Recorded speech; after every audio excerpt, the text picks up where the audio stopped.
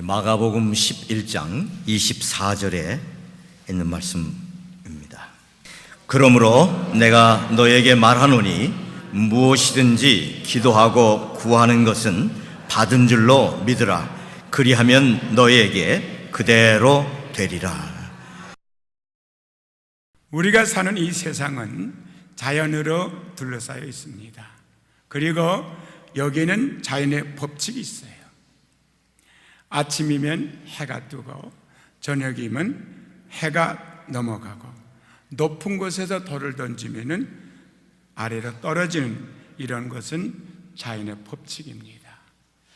아래에서 위로 던졌다고 해서 그게 마냥 위로 올라가는 게 아니고 다시 굴러 떨어지는 것, 이것은 만유의 우주의 법칙입니다. 과학자들은 이 자연의 법칙을 발견해내고 그것을 이용해서 끊임없이 문명의 이 길을 만들어냄으로써 우리 생활을 윤택하고 편리하게 살도록 해줬습니다. 물리학을 사용한다든지 화학을 사용한다든지 아니면 생물학, 화학, 수학, 천문학을 통해서 많은 것을 우리에게 편리한 삶 속에 주셨습니다. 신앙생활을 하는 우리는 눈에 보이지 않는 영적인 세계 속에 있는데 영의 세계도 영적인 법칙이 있어요.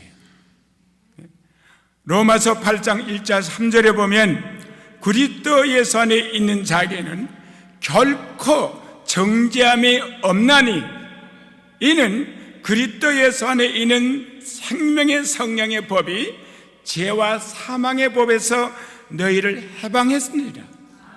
이 말은 무슨 말이냐면 그리스도 예수 안에 있는 자에게는 결코 정죄함이 없다. 이 사람의 죄를 짓지 않았다는 게 아닙니다. 분명히 죄를 졌습니다. 그러면 죄를 졌으면 정죄함을 받습니다. 그러나 정죄함을 받지 않는다는 거예요. 죄인으로 인정받지 않는다는 겁니다. 다시 말하면 의인이라고 한다는 것입니다. 왜? 어떻게? 예수 안에 있기 때문에. 그러면 어떤 법이 그 사람을 죄인이라고 하는데 어떤 법이 죄인이 아니라고 합니까? 성령의 생명의 법이. 세상 법 가지고는 죄인을 의인이라고 할 수 없습니다. 그러나 성령의 생명의 법은 죄인을 의인으로 바꿔놓을 수 있습니다. 여러분들이 성령의 생명의 법칙을 사용하면 하나님의 역사가 여러분 생활 속에 거듭거듭 나타나서 초자연적인 삶을 살 수가 있어요. 초자연적인 삶이란 것은 자연을 초월해서 자연을 능가하고 자연을 지배하고 자연적으로 늙어서 죽을 사람이 죽지 않고 병들면은 병든 사람은 죽어야 되는데 죽지 않고 땡돈 없는 가난한 사람이 부욕해 되며 영원히 지옥에 가서 멸망받을 사람이 의인으로 바뀌어지고 천국에 가는 것을 말합니다.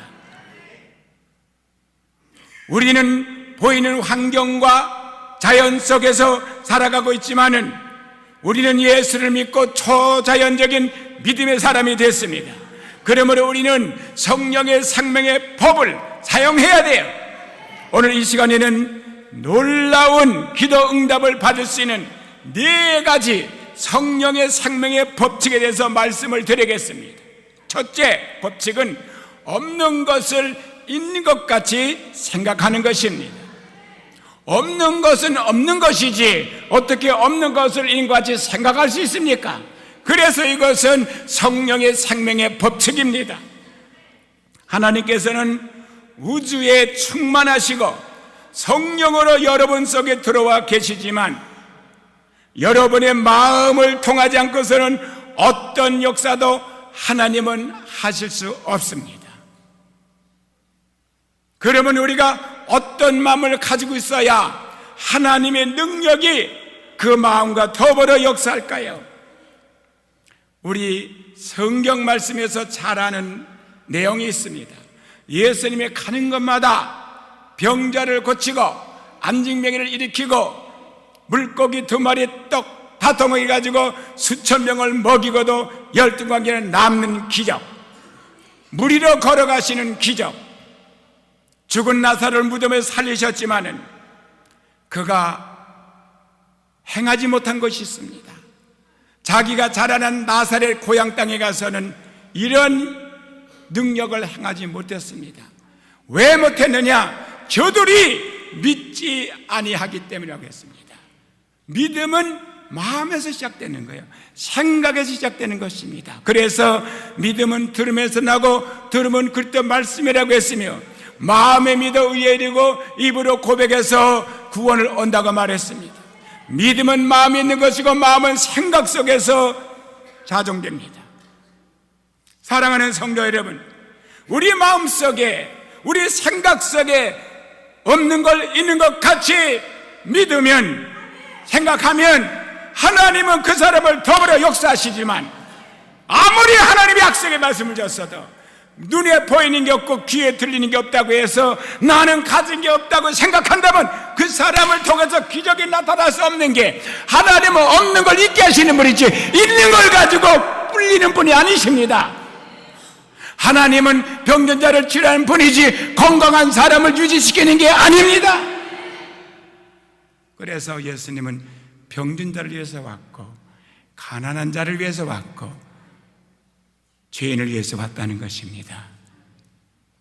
우리는 눈에 보이는 것만 믿고 환경의 지배를 받지만 하나님은 눈에 보이는 걸 믿고 환경의 지배받는 분이 아니십니다.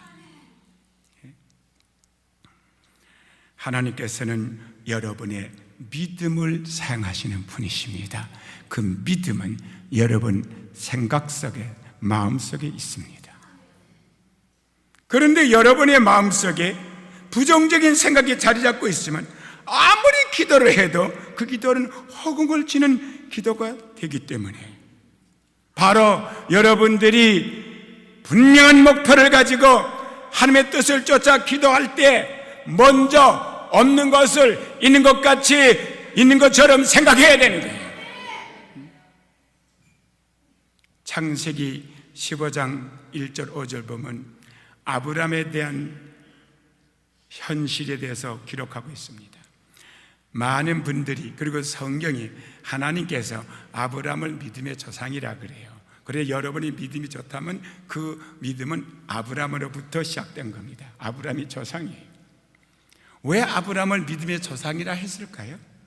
그 이유를 오늘 창세기 15장 1절 5절 잘 말씀해 주는데, 이후에 여호와의 말씀이 이상 중에 아브라함에게 임하여 가라사대 아브라함아 두려워 말라, 나는 너의 방패여 너의 지극히 큰 상급이라. 나는 너의 방패여 너의 지극히 큰 상급이라 그랬어요. 하나님이 적으로부터 막아주실 것이고 하나님께서 그에게 큰 상을 주실 거라는 겁니다. 우리는 히브리서 11장에 보게 되면 분명히 하나님께 나가는 자는 하나님의 계신 것과 하나님을 찾는 자에게 상을 주시는 이심을 믿으라고 했습니다. 이게 바로 믿음입니다. 아브라함에 나타나서 두려워하지 마, 나는 너의 방패요 너의 지극히 큰 상급이라 그랬더니 아브라함이 뭐라고 대답하냐면, 아브라함이 가로되 주 여호와여 무엇을 내게 주시려나이까? 나는 무자원의 나의 상속자는 다메섹의 엘리에셀입니다. 이 부정적인 생각을 갖고 있는 거예요. 하나님이 아브라함에게 자식이 없는 무자한 아브람과 그 다음에 그 아내 사라에게 내가 너희들에게 자식을 주겠다 약속을 하셨는데 아직도 현실로 볼 땐 자식이 없는 거예요. 그러니까 아브라함은 그 약속의 말씀을 믿고 자식이 없어도 있는 것 같이, 자식이 있는 것 같이 생각하는 게 아니라 나는 자식이 없다고 생각한 거예요. 그래서 하나님이 알고 벌써 오셔서 벌써 아브라함에게 이 말씀 하신 거예요. 두려워하지 말라, 나는 내 방패라, 나는 너의 큰 상급이라. 그 상이 뭘까요? 그 상이 바로 자식이에요. 자식. 아브라함에게는. 그러니까 아브라함이 가로되 주여와여 무엇을 내게 주시라니까. 그러니까 벌써 대자고자 뭘 주려고 왔냐 이거죠. 오래전에 약속해 놓고는 하나님이 주지 않았잖냐 이 말입니다. 우리는 준 거는 생각하고 안 준 것만 바라보는 이게 문제입니다. 예? 아직 주지 않았어. 하나님이. 맞아요. 아브라함 틀린 말은 안 해요. 그러나 하나님이 약속하셨으면 때가 되면 주십니다. 근데 나에게 주지 않았잖아요 이 말이야. 준 게 없다는 거예요. 그러니까 나의 상속자는 이 다메섹의 엘ie셀이라 그랬습니다. 즉 다메섹에서 종으로 사온 그 사람을 내가 입양해서 내 상속 후계자를 만들겠다는 거예요. 아브라함이 또 가로되 주께서 내게 씨를 안 잊으셨으니 내 집에서 기른 자가 나의 후사가 될 것이라. 봐요, 맞잖아요. 하나님이 나한테 안 주셨잖아요. 씨를, 후계자를 안 줬잖아요. 그러니까 할 수 없지요. 다메섹에서 종으로 데려온 사람을 이방해서 내 후계자를 삼을 수밖에요. 그랬더니 하나님이 뭐라고 대답하셨습니까? 4절에 가서 여호와의 말씀이 그에게 임하여 가라사대 그 사람은 너의 후사가 아니라 내 몸에서 날짜가 내 후사가 되리라 하시고. 완전히 반대예요. 하나님의 뜻은. 사람은 환경과 자기 처지를 바라보고 그것을 마음에 품고 있지만 하나님은 당신의 생각이 따로 있어요. 우리는 하나님의 말씀을 품어야 돼요. 네? 그러면서 하나님께서 아브라함을 이끌고 밖으로 나가 가라사대 하늘을 우러러 물결을 셀 수 있나 보라. 또 그에게 이르시되 네 자손이 이와 같으리라 그랬습니다. 왜 하나님이 아브라함을 밖으로 끌고 나갔을까요? 네 마음에 없는 걸 있는 것 같이 품어야 되는데 없는 것만 바라보고 있으니까 그 별을 바라보니까 엄청 많은 별들이 우주에 찼습니다. 누가 지었을까요? 하나님이 지으셨어요. 저 우주의 공간에 저 위성들을 지으신 하나님이 자기한테 아들 하나 줄 수 있는 능력이 없을까? 이 마음을 품으라는 거예요. 그래 아브라함에 바라보니까 그 별들이 모두가 아브라함 아버지 부르는 그런 음성이 마음속에 들립니다. 그때부터 아브라함의 마음속에는 아들이 없다는 것을 채우잡고 없는 걸 있는 것 같이 마음에 품고 생각하게 됐습니다. 이를 가리켜서 아브라함의 믿음에 그 믿음을 의로 여기셨다고 그랬어요. 생각이 바뀌었다고요. 바라보면서 없다고 봤던 것을 있는 것으로 바꿨다고요. 저도 지금 그렇게 산 지가 40년이 흘렀어요.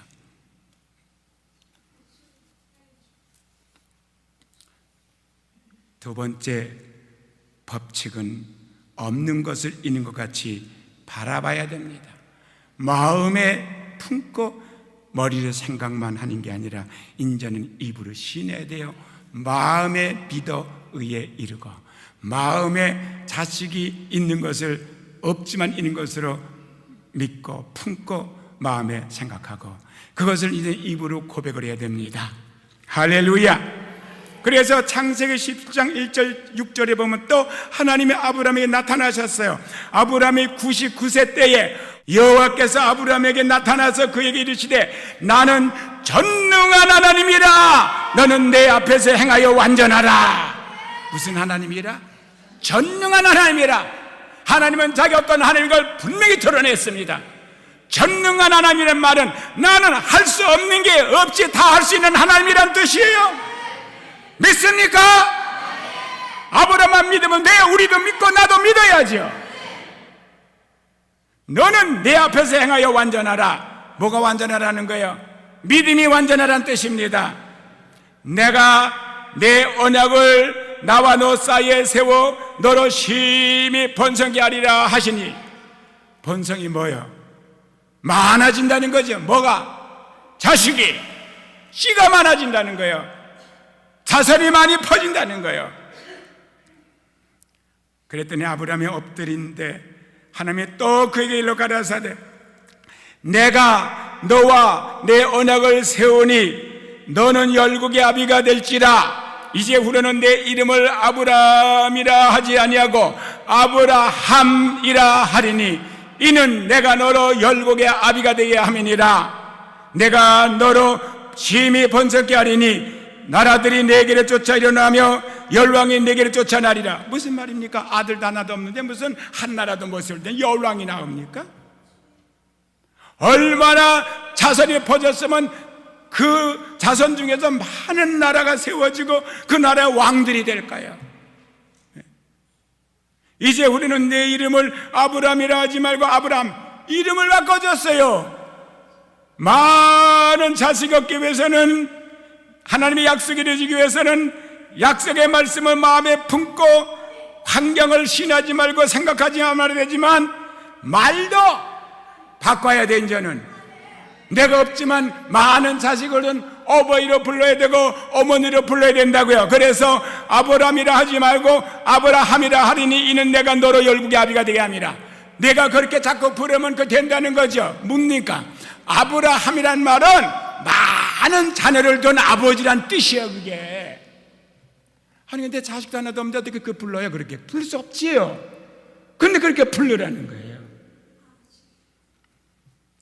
내가 너로 심히 번성케 하리니 나라들이 내게로 쫓아 일어나며 열왕이 내게로 쫓아나리라. 그러면 하나님께서는 아브라함에게만 이름을 바꿔준 게 아니에요. 이불이 신행시킨 게 아니에요. 아이는 여자와 남자가 같이 낳지 남자 혼자 못 낳거든요. 그러니까 여자의 이름도 바꿔줘야 돼요. 그래서 하나님이 또 아브라함에게 이르시되 내 아내 사레는 이름을 사레라 하지 말고 그 이름을 사라라 하라.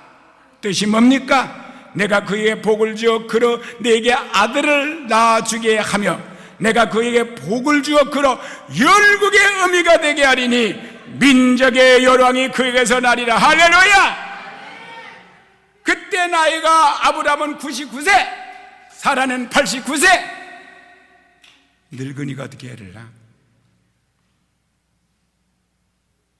남자는 생산의 기능이 다 끊어졌고 여자는 경수가 다 끊어져서 이 사람들은 세상적으로 자연적으로 의학적으로 애를 못 낳는 사람들이에요.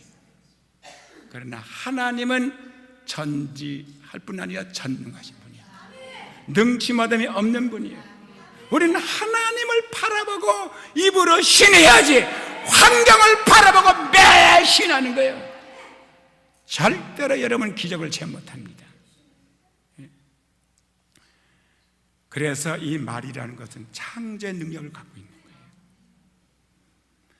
잠언서 6장 2절에 내 입의 말로 내가 얽혔으며 내 입의 말로 인하여 잡히게 됐다. 얽혔다는 게 뭐예요? 내가 입으로 좋은 말하면 좋게 얽혀져서 맨날 좋은 게 환경에 나를 둘러싸고 내가 만약에 내 입으로 나쁜 말을 하고 부정적인 말하면 나쁜 것으로 완전히 둘러싸인다는 뜻이죠. 그리고 잡히게 됐다. 잡혔어. 그러면 이제부터 여러분이 입에서 무슨 말이 나가야 되겠어요? 예수 믿습니까?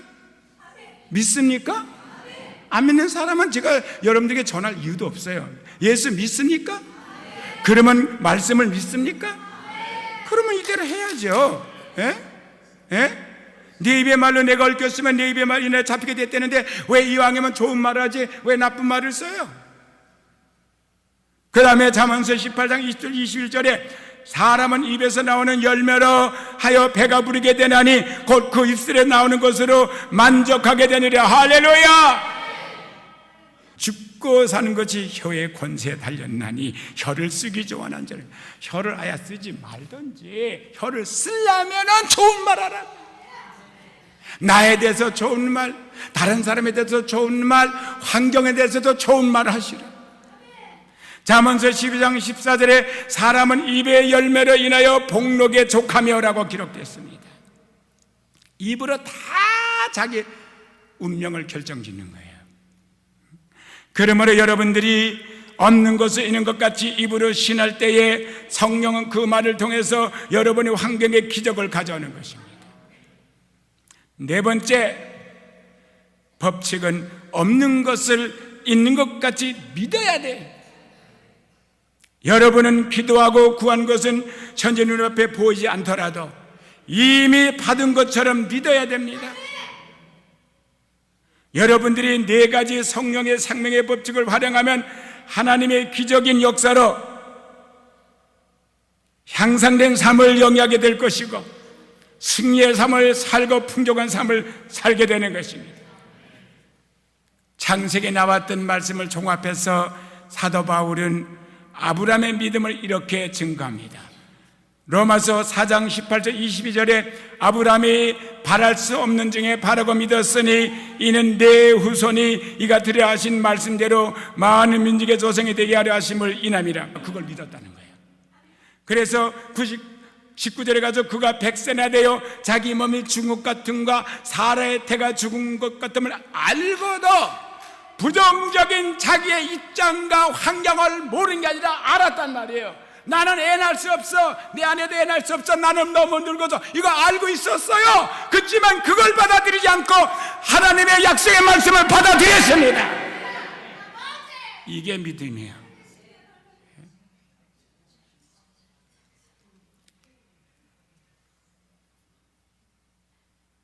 알고도 믿음이 약해지지 아니하고 믿음이 없어 하나님의 약속을 의심치 않고 믿음에 견고해져서 하나님께 영광을 돌리며 약속하신 그것을 또한 능히 이룰 줄을 확신하였으니 그러므로 이것을 저에게 의뢰 여기셨다. 그는 믿음의 인정을 받아서 하나님 앞에. 그러니까 우리는 눈에 보이지 않고 손에 잡히지 않아도 우리는 이미 받은 것으로 믿어야 되는 것입니다. 정리하면은 첫째, 생명의 성령의 법칙은 없는 것을 있는 것 같이 생각해야 하고, 두 번째, 없는 것을 있는 것 같이 바라볼 줄 알아야 되고, 없는 것을 있는 것 같이 말해야 되고, 없는 것을 있는 것 같이 믿어야 됩니다. 사랑하는 성도 여러분, 성령의 생명의 법칙을 지키며 사는 여러분 되길 주님의 이름으로 축원합니다.